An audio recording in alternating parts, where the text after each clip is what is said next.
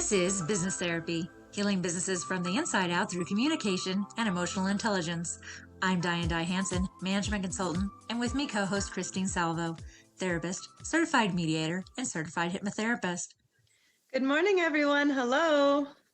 Good morning, everybody. And this morning we have a great guest for you. We have Bobby Dsouza, who is a highly energetic motivational speaker with a solid 20 plus years of real world industry experience and inspiring 29,000 people face to face and 200,000 people online, probably more by now. He has empowered 150 plus corporations and events and is highly passionate about helping organizations build a strong, performance driven, and adaptive mindset that creates higher productivity, more engaged teams, excited growth-driven organizations, and happier individuals. He is the author of Fallen to Rise, a shocking true novel styled true inspiring story of rising up from being a confused, broken teenager who worked during manual labor to today inspiring CEOs, top leaders, professionals, and student groups across geographies. He has been published in a number of magazines. Welcome to the show, Bobby Dsouza. Welcome. All right. It is such a pleasure. Thank you so much for the invite, Diane and Christine. I look forward to having a great conversation. Absolutely. And your specialty is adaptive mindset in Yes. entrepreneurship. How does one go about having an adaptive mindset?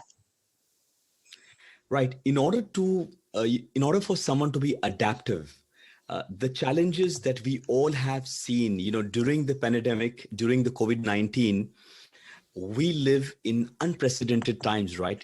Everything that we expected to happen in a certain way as entrepreneurs, as business owners, everything changed completely, right? People were assuming that things would happen in a certain way, but completely things changed. Mm-hmm. That really pushes us to realize as entrepreneurs that in case we don't adapt ourselves, we will cease to exist. And as entrepreneurs, one of the best way for organizations to adapt is to change quickly rather than waiting and being sluggish about it.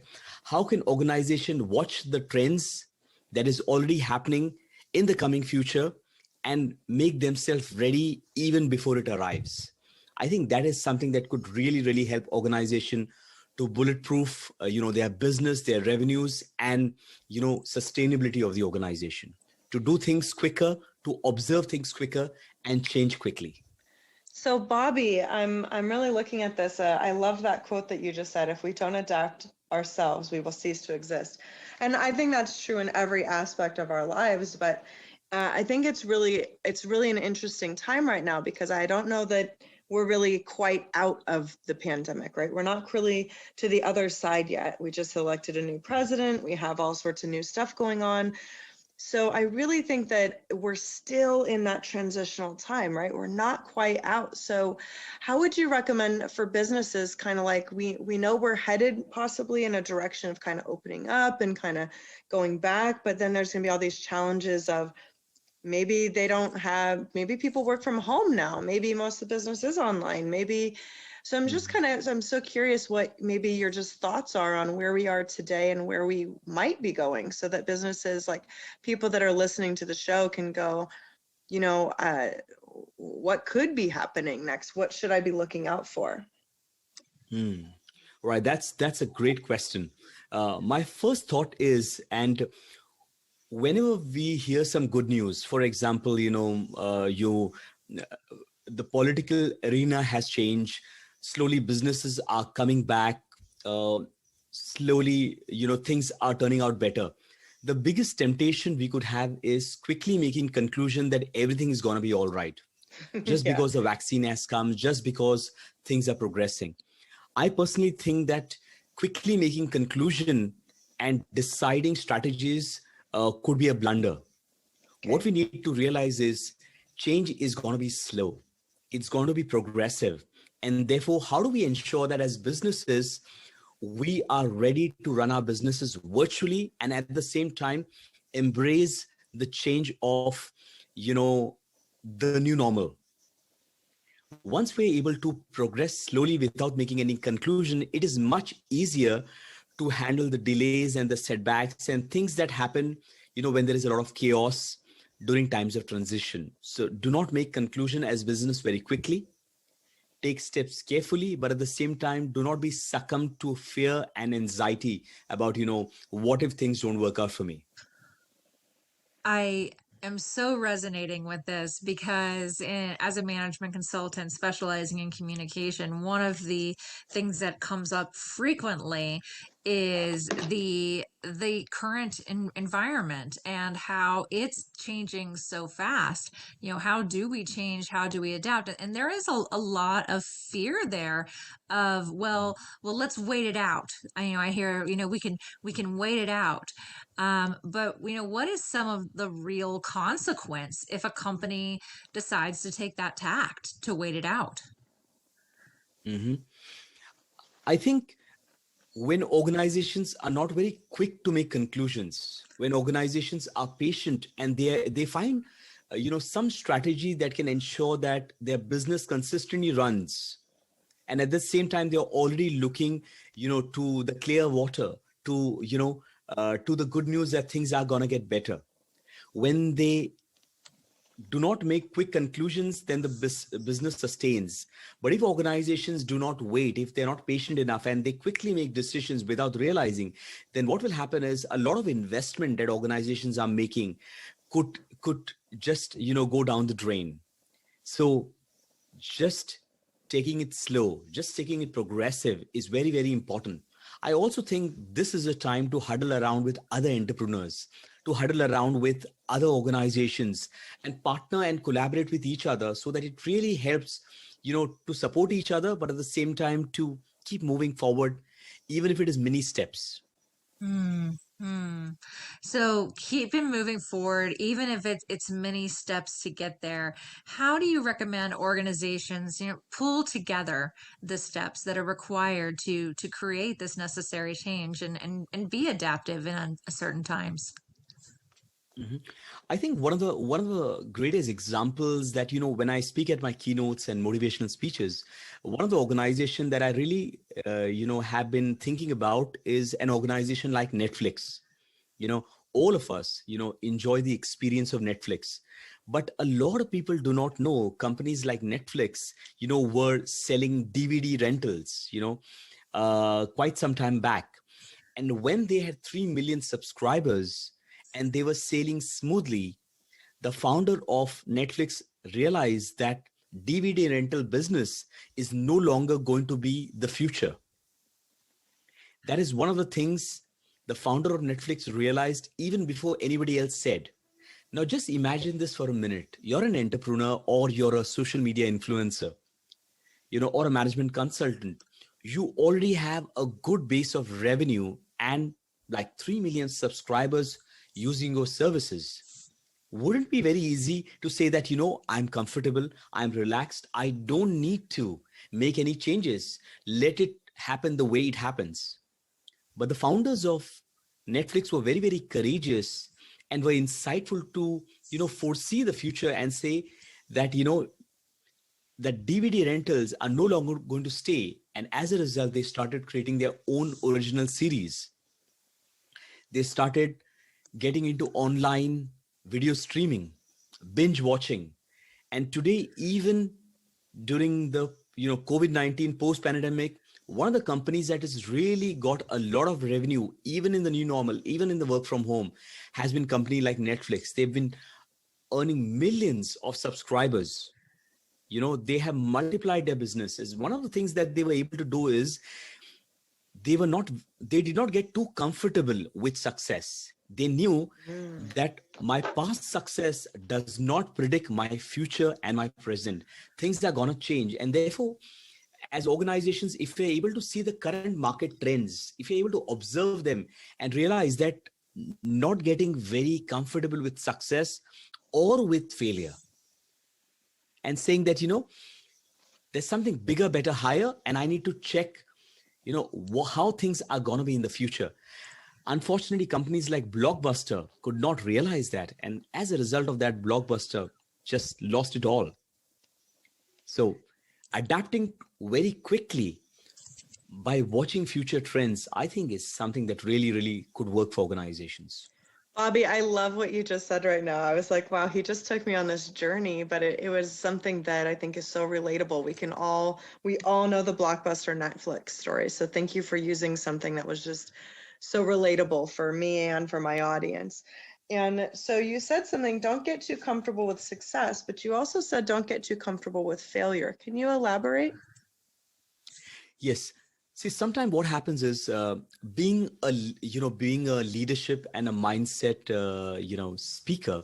I work with thousands of people, whether they are one-on-one conversations and whether they are in live keynotes. And a lot of people at the end of the session come to me, and the conversations are mainly around success, but at the same time, a lot of conversation are around past stories of failures.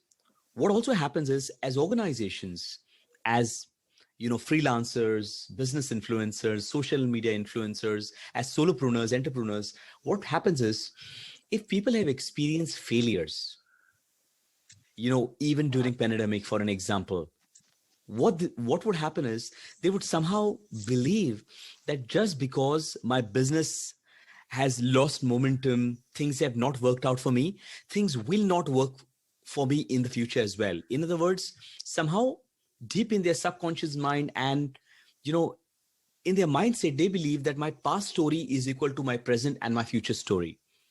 And I understand, from the podcast conversation that you all have, that you all look at the human side of business, right? And the human side of business basically needs that we do not cling too long to our past failures. The biggest toolkit for business entrepreneurs is to quickly move from one failure and incrementally move towards progressing and success. Failing forward is a critical thing. So my answer to your question is, don't cling any longer to failures. Simply means consistently fail forward. If you fail, if you make mistakes, don't fall backwards. Don't, keep crying about it. There is a time to cry. There is a time to get disappointed. There is a time to get frustrated and even, gossip or bitch about it. But it is very, very important to fall forward, investigate your failure, and ask yourself, what did I miss? What did I learn? How can this knowledge become a case study for me? And how can I progress from this?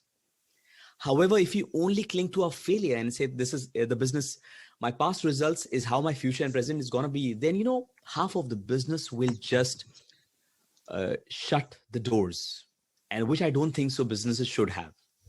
So fail forward is my answer. I love this. Another gem. So I'm so curious, Bobby. Just hearing kind of the title of your book and just a one sentence about what it's about. Can you tell me a little bit about your own personal story from kind of where you started to how you got here? Kind of the elevator pitch version. Absolutely. I'm going to share a little about, part of my story. The book that I wrote is called Fallen to Rise. And as the book itself says, when I was around, 15 years old, I started working at the age of 15, and I used to be a manual laborer. I used to be a construction laborer. A lot of people would ask me that, Bob, you can communicate well, you look fine. How did you end up doing construction laborer? One of the reasons why I became a construction laborer is not by choice, but when I was a very little kid, around 2, 3 years old, my father abandoned our family. I have two beautiful sisters, and my father, after 11 years of marriage, just left us and just disappeared one day. He didn't die, he left us. Even today, whether my father is alive or dead, we actually have no idea. And for a lot of people, this could sound embarrassing, but for me, I think it is very, very important to, connect to real stories. And that's where the Fallen to Rise started. I started doing construction laborer. I started doing door-to-door sales. I started going house to house. And I still remember sometimes customers used to pick me by the collar and throw me outside, literally. And it used to be very embarrassing and very insulting. And I still remember standing on the highway and the crossroads of my life at the age of 15, 16. asking myself this one very question that, my father abandoned me. Why is my life like this? What did I do to deserve this? And while I was wiping my tears and there was heavy rain on the crossroads of Mumbai, and I have an umbrella over my head, I have watches that I'm selling door to door, house to house, and there is rain falling from heaven, and there is rain falling from my eyes, with literally not even a dollar in my pocket.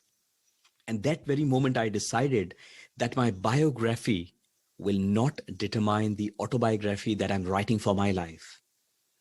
And that's where, the slow and the progressive and the fail forward journey started, from being a construction manual laborer, to becoming a salesman, to becoming a business development executive, to becoming a service consultant, to becoming a learning and development manager, to becoming a director of my own organizations, to today working with CEOs, leaders, corporate organization, and helping thousands of people, change mindset, transform from being a failure, transform from falling to rising. And that's where my story started.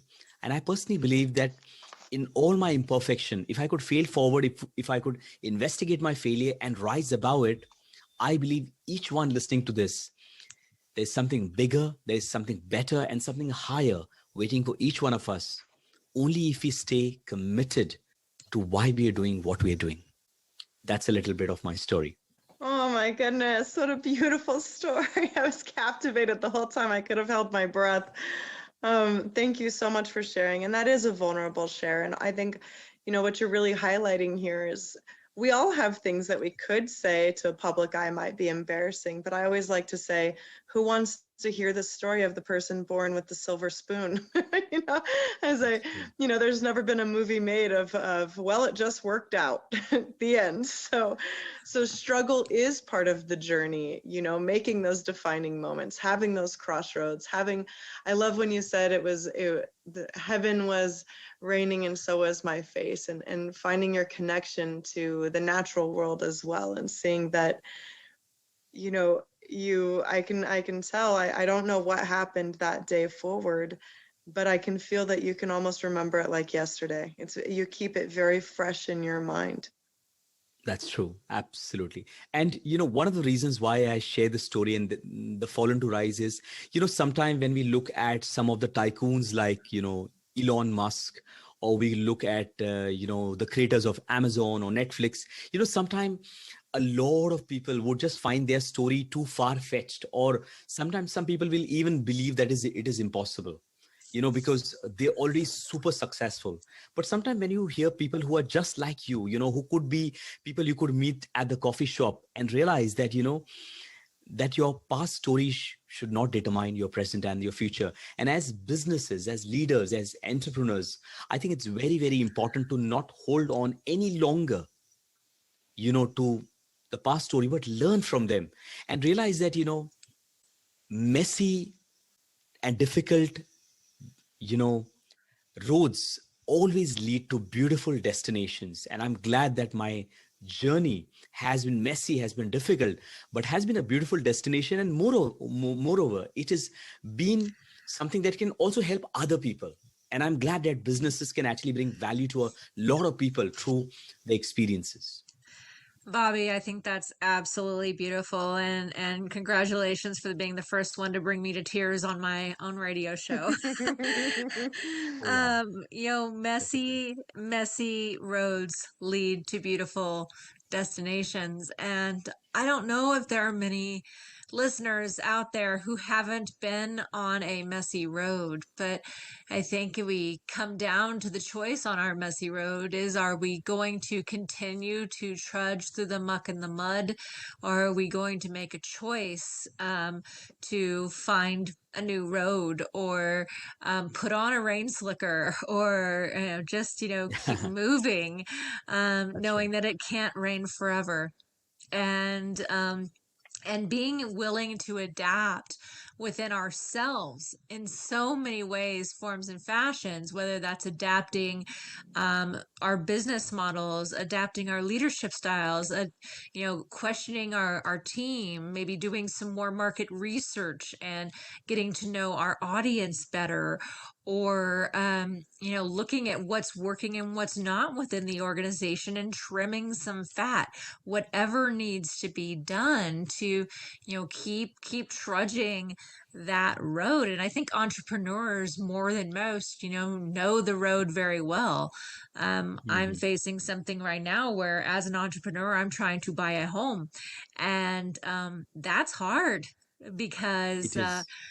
because our government doesn't necessarily recognize self-employed money as real money, uh, unless you give them the entire value for the full house. So there's these moments in the entrepreneurial journey of self-doubt as well. Forget the organizational level. How about the founder level? How about that level of that individual who's, poured their days and their nights and their hopes and their dreams and their full livelihood into what they're doing, only to wake up one morning and question it? So what advice would you have for someone who's sitting in that space?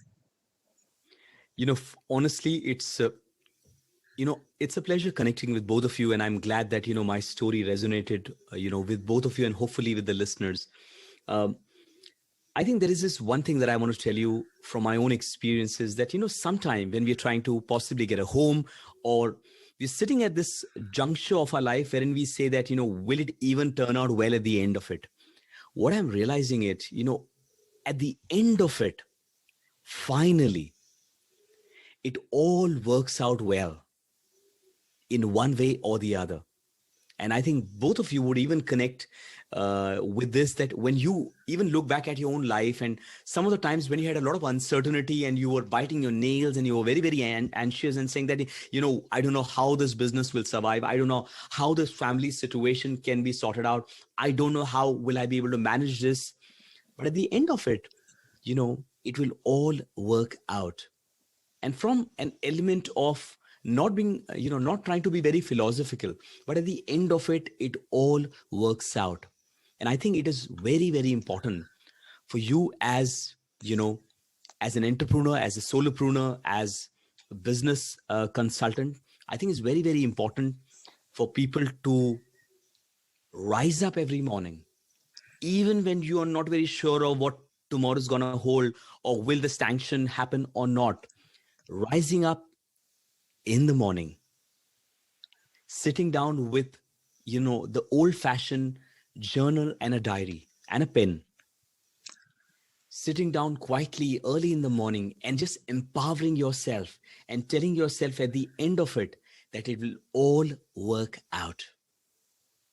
And once, as business entrepreneurs, as leaders, when we are able to really empower ourselves and just spend some power quiet time early in the morning, what it does to us is, we get the courage, we get the guts to handle the crazy day that holds for us. We have no idea what tomorrow holds for us. We don't know how our businesses will survive, because some of the biggest organizations have been wiped out. you know Families have been scattered during COVID-19. So, we cannot take anything for granted. The only thing that we can really build certainty on is our own inner belief and our own inner resilience. And that's where our teams will observe. That's where our families, our closest team is our own family, right? Every morning when we show up, in spite of what we're going through, when we are struggling, when we do not know what the future is holding, there are breakouts happening. An entrepreneur could be going through a breakup and at the same time a breakup in the business as well. That Mhm. very moment, if as an entrepreneur you're able to show up, be really courageous and keep moving forward in spite of uncertainty, that's where your family will pick it up. That's exactly what your team will pick up. That's exactly what your clients will pick up from you. And that's what will make you a champion in business. Mm, I It will all I work love out at that. the end. and Yeah. moving forward in spite of the unknown, keeping, one foot in front of the other, one day at a time, moving forward, doing the next right thing, just keeping on moving and, not letting your mind or the peanut gallery or lenders or your family or anyone stand in the way of that forward movement.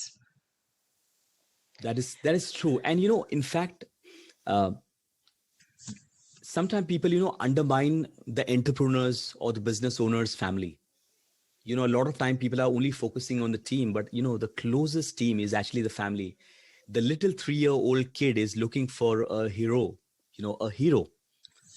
And they will not just watch a superhero on Netflix or television.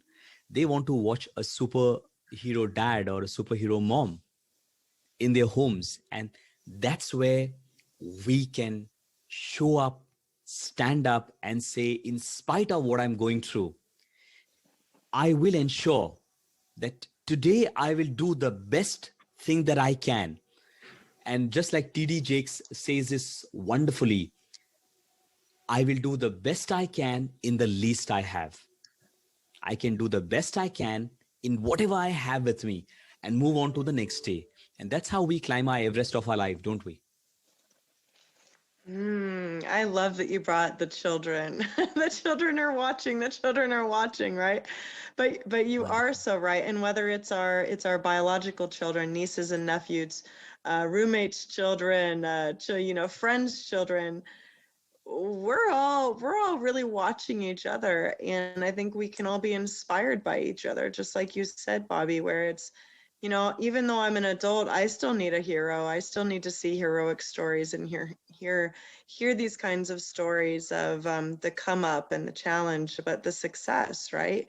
So I don't think this story gets old at any age, and I don't think that needing to see that hero, but also recognizing that we are the hero in someone else's story too.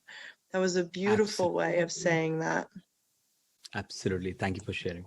Wonderful. Well, wow, Bobby, the time on the show absolutely flew by. If our listeners want to learn more about you, is there a place online they can go to do that? Absolutely. So, one of the ways that people can connect with me is easily they can connect with me on LinkedIn. Just search for Bobby Dsouza, motivational speaker, and you'll find me on LinkedIn. If you want to invite me to any of my, any of the virtual keynotes or in-person keynotes, they can definitely do that by clicking on to www.bobbydsouza.com. I'm easily available on all social media handles, including my podcast, which is on Spotify and iTunes, and it's called Bobby Dsouza Inspires. And I would love to bring value to anybody. If you just want to have a conversation with me, and if you think you want to find a friend who can really help you, hop on, just reach out, and I'll be glad to help you. Wonderful. Thank you so much, Bobby. And again, listeners, that's www.bobbydsouza.com. Thank you for being on Business Therapy, Bobby. It was an absolute pleasure. Thank you so much, Diane. And thank you, Christine. It is a pleasure and look forward to connecting again. Absolutely. Yes, that was a beautiful show today. Thank you so much. Thank you. All right. Pleasure. Thank you so much. This has been Business Therapy, healing businesses from the inside out through communication and emotional intelligence. I'm Diane Dye Hansen, management consultant. And I'm Christine Salvo, licensed marriage and family therapist, certified mediator, and certified hypnotherapist. Thank you so much for listening today. Have a wonderful day. Have a wonderful day. Bye-bye.